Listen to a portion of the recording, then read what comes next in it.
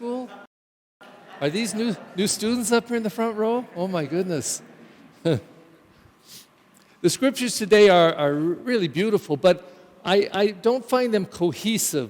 They often just complement each other, or they're so contradictory that they make the point because they're in contrast. But these today, they are offering up two themes really, and maybe that's the reason it's a little unclear. But I find when I can find one word or two words that best describe the scriptures to me, it's easier to preach and share it. And I think it's kind of like, tell me if I'm wrong, teachers, and parents for that matter. Don't you say this to your kids, I want you to do this and then to do that. That's it. I'm going to repeat it. I want you to do this and then do that. Now go ahead and do what I asked you to do, this and then that. You repeat it 3 times usually, and you make it real simple. Don't give them a list of 12 things, just this and that. That's it. And today, if I had to sum up the scriptures, I think the first 2 talk about what to do, and the gospel talks about how to do it. And it really comes to that, down to that. It's quite simple. And the what to do has to do with having faith, especially in difficult times, to endure in faith. And we've been listening to Job all week, for the last 2 weeks actually, and every day, woe is me, oh Lord, how can this be? Why me, why me, why me? And so Habakkuk, speaking for God, first listens to the people who are complaining. Why me, O Lord? Why do I have to suffer? Why have you turned your back on me, God? Why aren't you making us victorious again? And then God speaks back to them and says, you got to have faith. Where's your faith? And you have to have a faith that endures all things.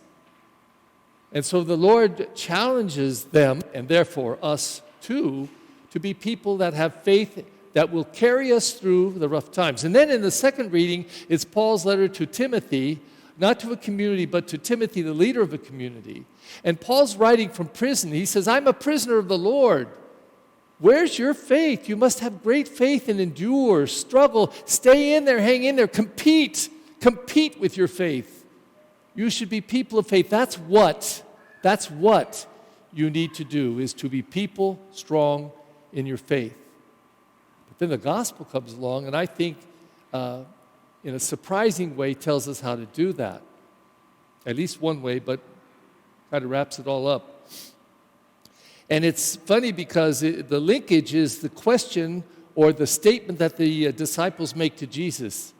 They go to him to kind of plead for his help, and they say, Lord, increase our faith. Increase our faith. And so what Jesus says in reply doesn't give them an answer, but he makes a statement. He says, if your faith was the size of a mustard seed, and they're very tiny, a mustard seed. If your faith, disciples, were the size of a mustard seed, see that mulberry tree over there? You could say, jump in the ocean and grow. And it would do it. It would obey you. Now that's ridiculous. But Jesus, the great teacher, used a lot of hyperbole, making these gross exaggerations to make a point. And it gets our attention that if our faith were just a tiny, tiny seed, we could tell a big tree, jump in the ocean and grow. But then, after making that statement, Jesus explains how. It's very beautiful. He describes it this way.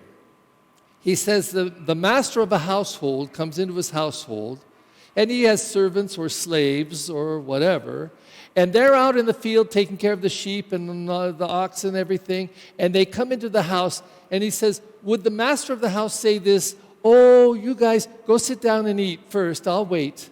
He said, no.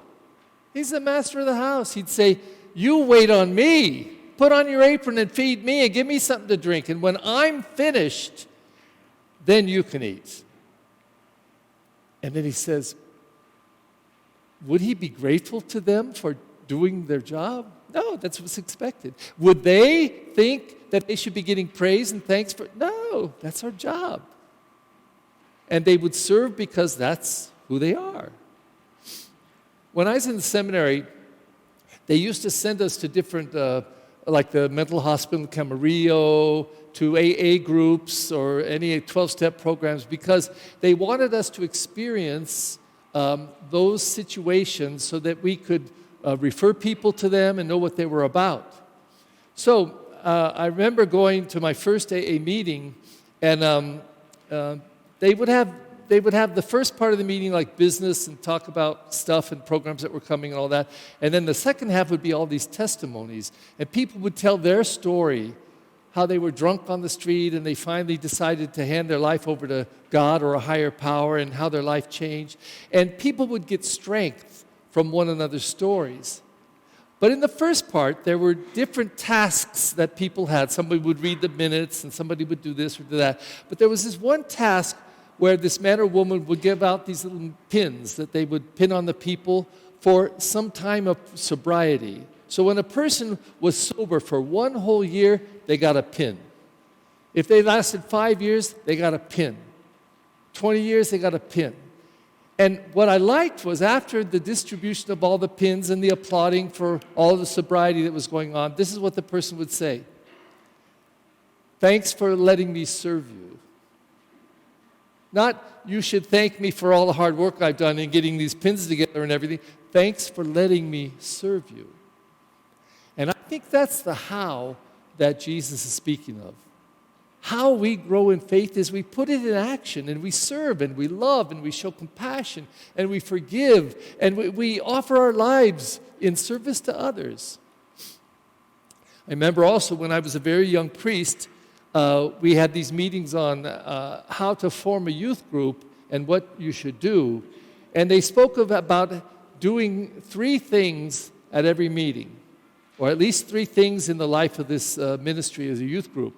One was to gather for fellowship, to come and have a good time, eat pizza and talk and just enjoy, play some games. One was to pray and grow in faith, so that the leader of the youth group and the leaders in the youth group would work together to focus on their faith. But the third one, interestingly, was service. Service. Go feed the hungry, make sandwiches for the poor. Do something to serve others. And I found that this was the piece of the 3 pieces that did the most good for the group.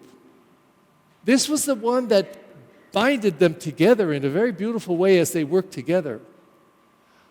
When I was, 20 years ago, I got some of our youth and our religious ed program engaged with the Heifer Project. I don't know if you've ever heard of the Heifer Project. School, listen to this, school, this would be a nice project. It was a project, I think, during Lent.